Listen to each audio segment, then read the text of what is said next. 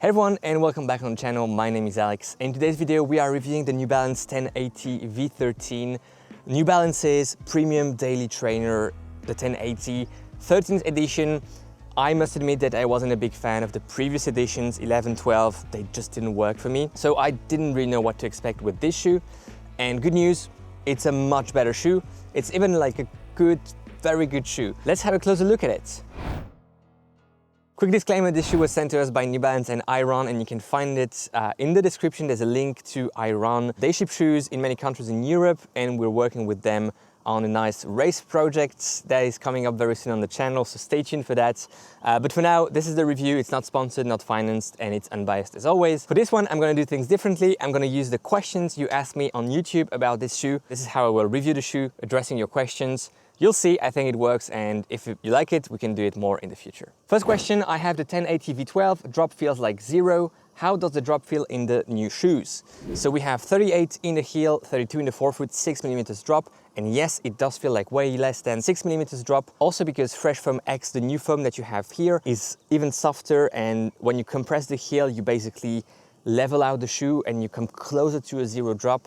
I would call it a 2 to 4mm drop, but it isn't a proper 6mm. Stability and traction for the coming rainy season. Stability is okay on the medial side. I feel like I am going a bit too much on the lateral side when toeing off, but that's just maybe me and my personal foot strike.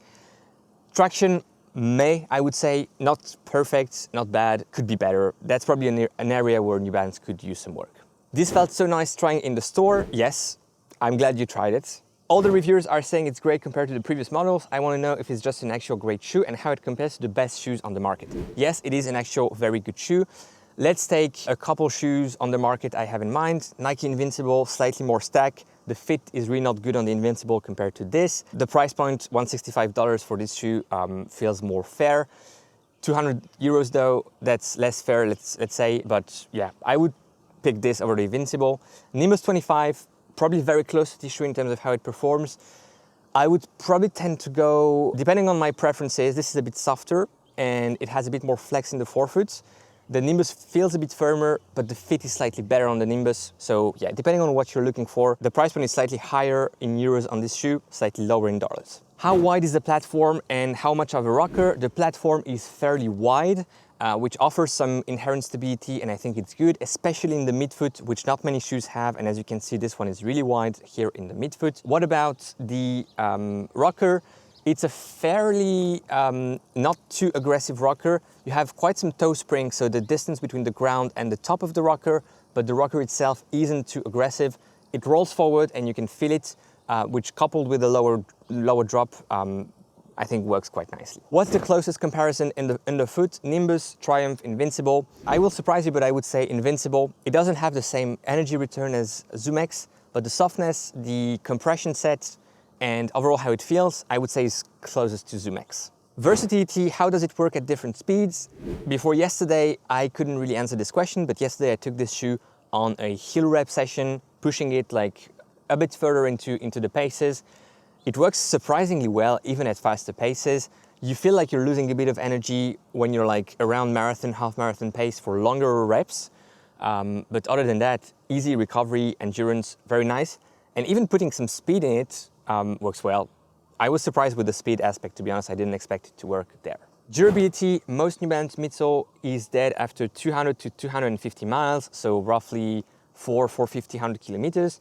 Very interested in 1080 V13, but need to know if the midsole will last at least 350 miles before it goes flat. So basically you want to know if the shoe goes about 600 kilometers. I don't know. I have only 40 and something kilometers on this shoe, 5 runs in it. I am afraid that it will not go 600 kilometers. Maybe I'm wrong, I hope I'm wrong, but my feeling is that the compression will be too much on this shoe to go past 600. I think it can go 600 kilometers, but not a lot more. Yeah, again, I think the softness is really nice in this midsole, but I agree with you, New Balance, FreshFoam, and even Fuel Cell tends to lose some rebound and some softness with the miles and with the longer longevity. How does it smell? I would say red berries, woody, I'm just kidding, just like a sweaty shoe. At $165, New Balance think this shoe warrants that price compared to so many quality shoes in the 140, 160 range. How does it stack up to shoes in the same category?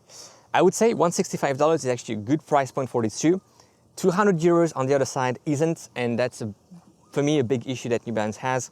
Why such a price discrepancy? They probably have very, very good reasons to have it, because I can imagine they would like to offer it at the same price point on both sides of the pond. But yeah, $165 is actually quite good, and it does stack up well against shoes in the same market segment. Marathon shoe, I will surprise you again maybe with this answer, but yes, I think you can definitely run a marathon in the shoe and have a solid run race in the shoe. It offers enough of that leg-saving effect that you're looking for in a marathon. It has enough bounce and enough cushion also to help you with that distance. So yes, marathon shoe, it is. Fit, it's a very good fit. It works quite well for my, let's call it, normal width foot. I think it will come in a wide version like many New Balance shoes, especially the 1080, more V4 and so on. It's honestly a good fit. I think it's a hot fit though, so probably not for the very hot month of the year. But coming into winter in the Northern Hemisphere, this will work really well. Do I like it? Yes, I do like it. Am I gonna use it? Yes, I'm gonna use it. We have a nice opportunity to do so with Iron and New Balance, a race where I think this shoe could be useful, at least for the training part of it. You can guess in the comments which event that is. Drawbacks, again, I think, the upper is maybe a touch too hot. The midsole, I don't see many drawbacks, except maybe that slight lateral movement of a toe off that I felt. But other than that, not much. The outsole could be improved definitely in terms of traction, making it, a very grippy outsole would definitely make this shoe a killer in the market segment. Price point $164, $165, fair, 200 euros, less fair, and even probably not good. But you can find discounts on this shoe probably in a few months, and I would recommend you to pick it up. I like it, I rate it highly.